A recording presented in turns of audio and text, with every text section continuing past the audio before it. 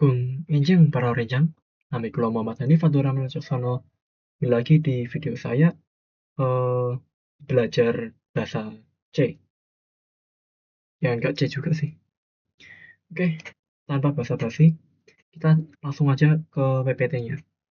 Jadi kali ini kita akan belajar soal OOP. OOP itu apa? Nanti kita pelajari bersama-sama. Oke, ini PPT-nya. Nah, pengenalan Object Oriented Programming atau OOP. OOP adalah paradigma pemrograman yang revolusioner yang akan mengubah cara berpikir tentang kode. OOP tidak hanya sekedar sintak baru, ini adalah cara berpikir yang meniru dunia nyata, membuat pengembangan perangkat lunak menjadi lebih intuitif dan terorganisir, efisien. Konsep pemrograman berbasis objek.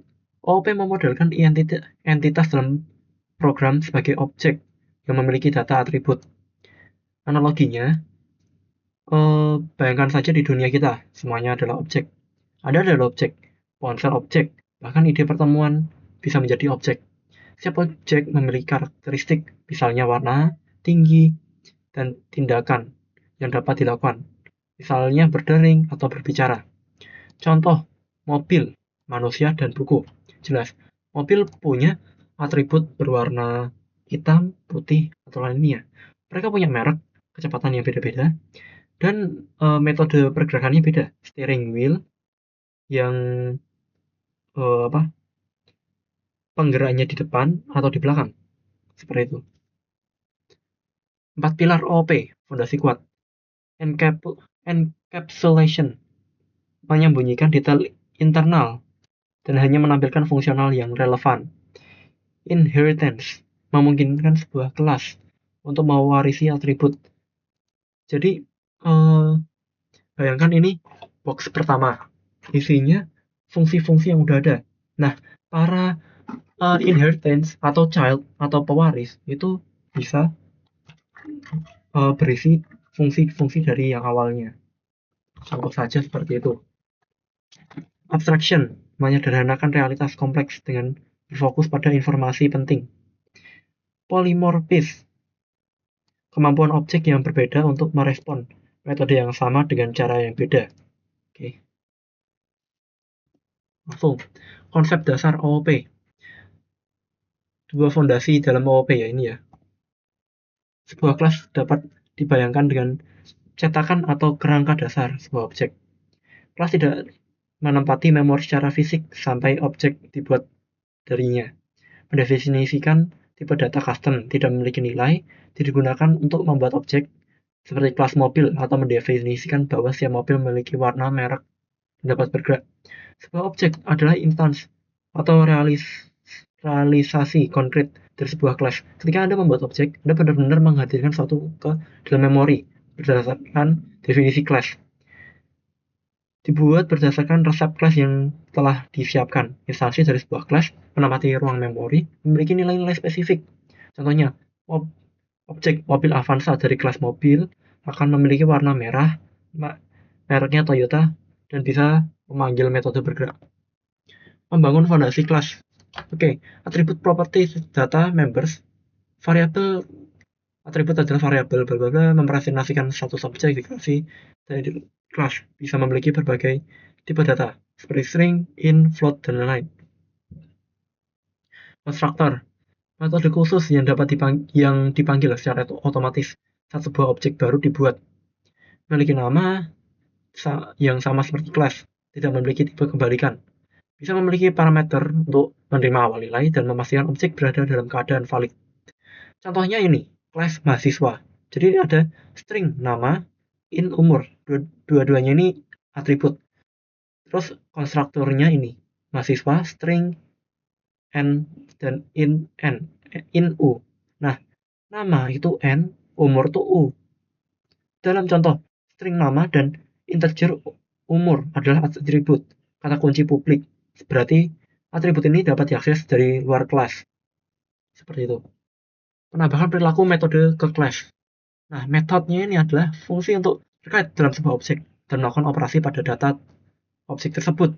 atau melakukan tindakan lain yang relevan dengan objek. Metode menghasilkan interaksi objek dengan dunia luar atau perubahan pada status internalnya. Jadi deklarasi bisa memiliki parameter, bisa memiliki tipe kembalikan, dan mengakses dan memanipulasi atribut objek. Jadi metode ini objek untuk melakukan tugas-tugas spesifik. Contoh aja nih, kan metode sederhana, cout cout nama dan umur. Halo, nama saya nama Ellen dan umur sekarang saya bla bla bla tahun. Seperti itu. Dalam kode yang diperbarui ini, metode pengenalan dan metode ulang tahun. Di sini ya, void perkenalan, void ulang tahun. Seperti itu. Itu metode. Oke. Terus yang lainnya menggunakan class dan objek, instansi dan interaktif. Jadi proses untuk membuat objek dari sebuah class disebut instansi. Ketika sebuah objek dibuat, konstruktor class akan dipanggil untuk menginisialisasi objek. Mengakses atribut setelah objek dibuat, dapat mengakses atribut-atribut untuk membaca atau mengubah nilai data yang disimpan. Memanggil metode, dapat memanggil metode-metode yang udah ada, yang telah didefinisikan dalam class, lalu memicu perilaku untuk tindakan yang telah diprogram. Nih, contoh penggunaan kelas mahasiswa dalam fungsi main. Nih, include IOStream, bla bla bla, ini untuk headernya, terus ini awal untuk mendeklarasi, terus metode sederhana, dan baru ini in main membuat objek mahasiswa, MHS1, Budi, Siti, dan lain-lain. Seperti itu. Memanggil metode mahasiswa 1 ini, perkenalan yaitu ini, outputnya seperti ini. Halo, nama saya Budi, dan sekarang saya berdua tahun. Seperti itu. Oke, kita lanjut. Nah, memisahkan deklarasi kelas ke header file HPP. Jadi ini file mahasiswa HPP ya. Kita lihat, ini kan kayak panjang banget. Nah, untuk memisahkan deklarasi sama prosesnya, kita bisa membuat file HPP ini, yaitu if and def mahasiswa HPP, define mahasiswa HPP, include IOStream, string, dan lain-lain. Kelas mahasiswa, public, nama, ini semuanya deklarasi. Terus ini, organisasi kode mengimplementasikan metode di source file atau CPP. Nah, ini lebih ringkas kan CPP ini? Seperti itu. Ini include mahasiswa HPP implementasi. Gampangannya seperti library lah. Kita mendeklarasikan dan kita memprosesnya di mana. Seperti itu. Void mahasiswa. Ini prosesnya ya.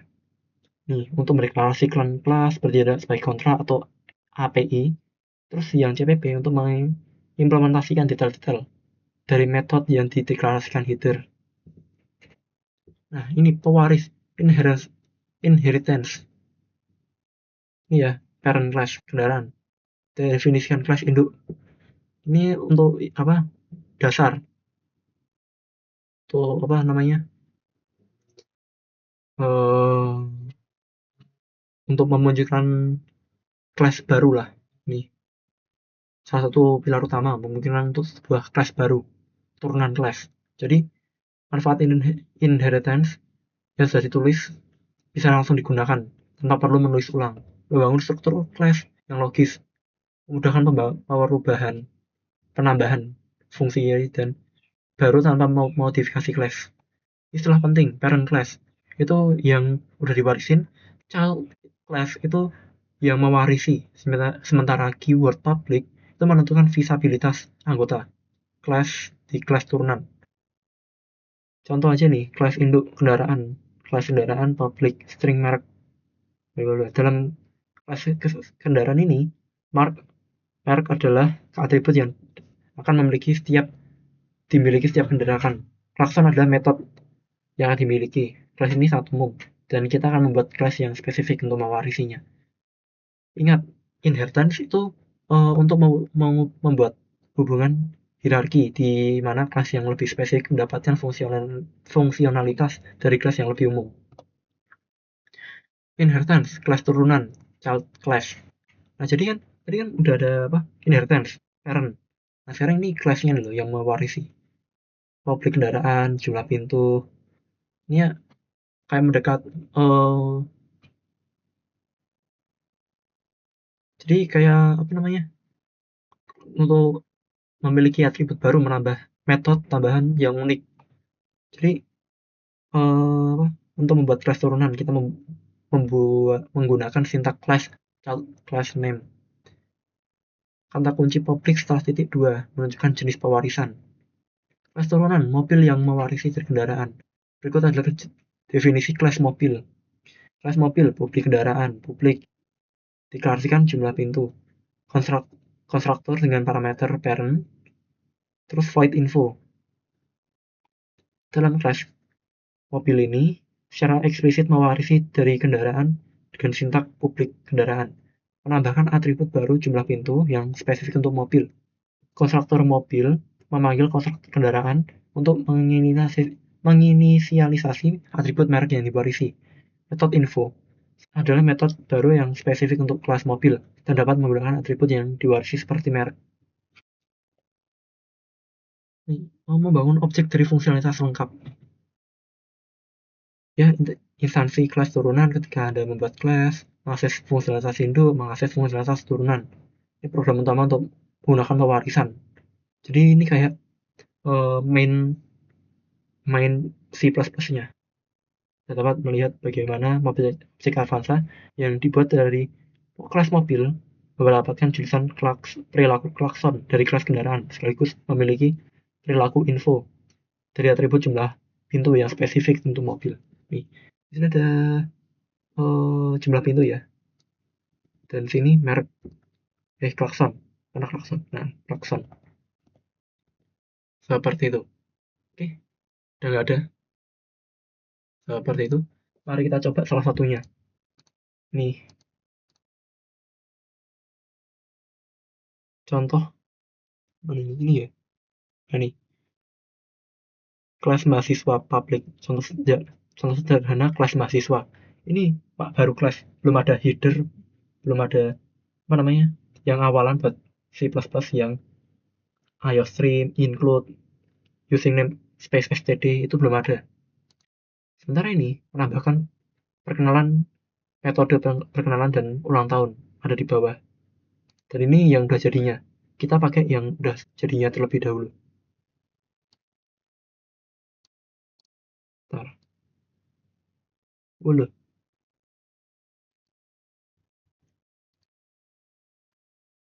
Oke. Nah, kita masuk ke sini. Boom.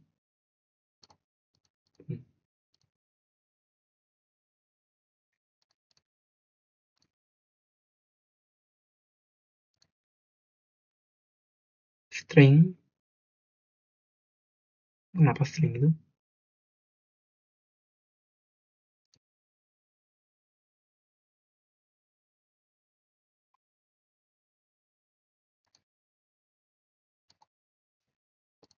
Oke.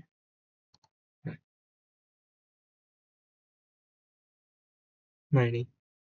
Budi. Halo, nama saya Budi. Sekarang saya 22 tahun. Nah, ini jika mahasiswa satu ya. Coba kita kasih eh gimana ya enaknya?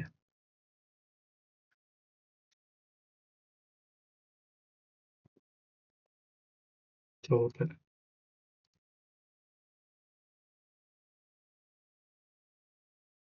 Dua-duanya Budi.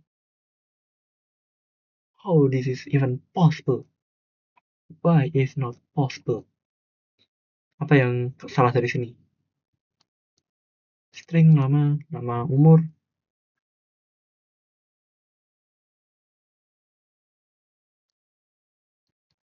kelas mahasiswa, nama umur,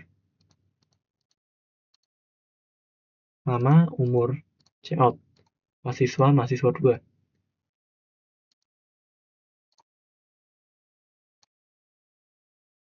Kalau ini aku ubah 2 dan ini aku ubah 1. Ya,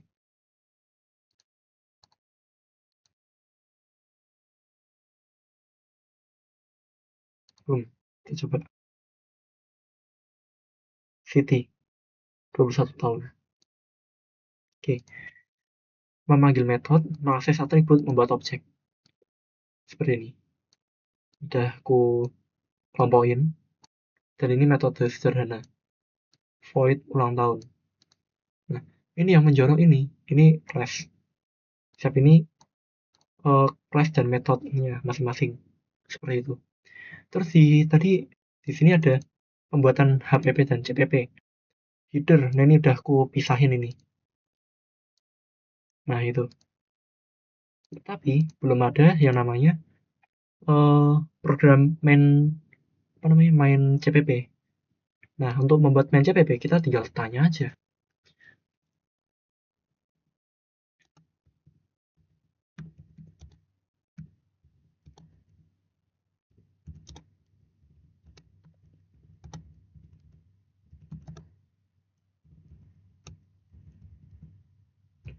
Nah, nih, nih ya. Ini udah aku pisah, tapi biar cepet, biar nggak usah bikin file folder dan sebagainya kayak video. Oke, mengkompilasinya seperti itu.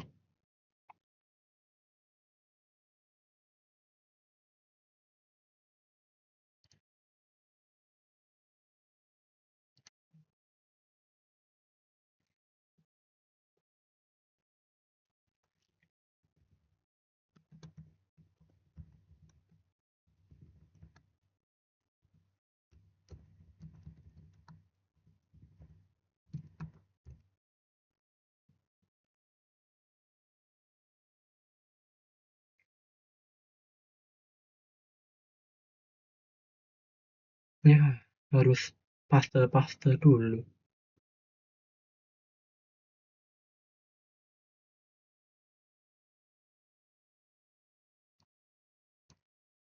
Ya sudahlah, kita bikin file baru dengan ini sebagai main CPP. Kita save sebagai main CPP.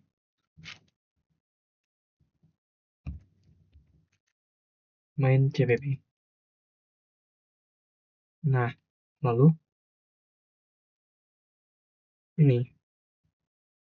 Terus kita bikin file baru, copy ini untuk mahasiswa CPP. Kita save.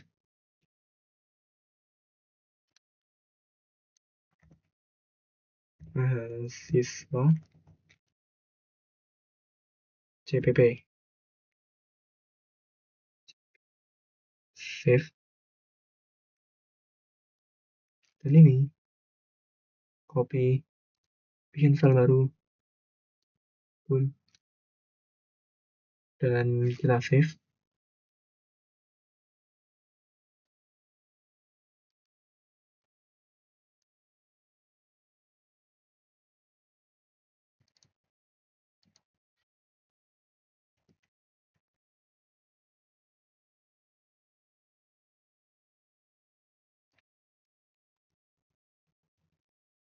Nggak kayak HP ya.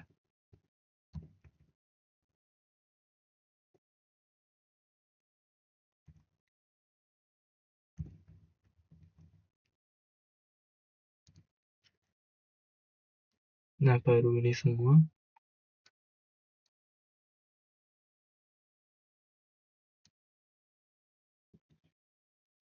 Boom. Hmm.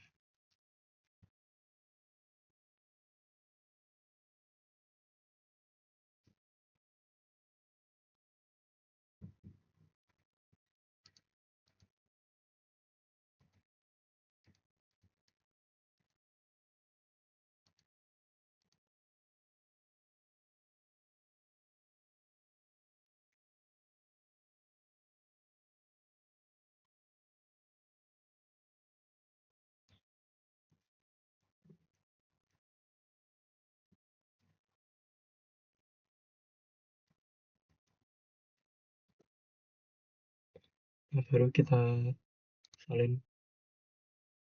Oke. Nah, ini dia. Halo, nama saya Siti, bawah 1 tahun. dengan apa namanya eh, folder yang terpisah seperti itu. Coba kita itu lagi.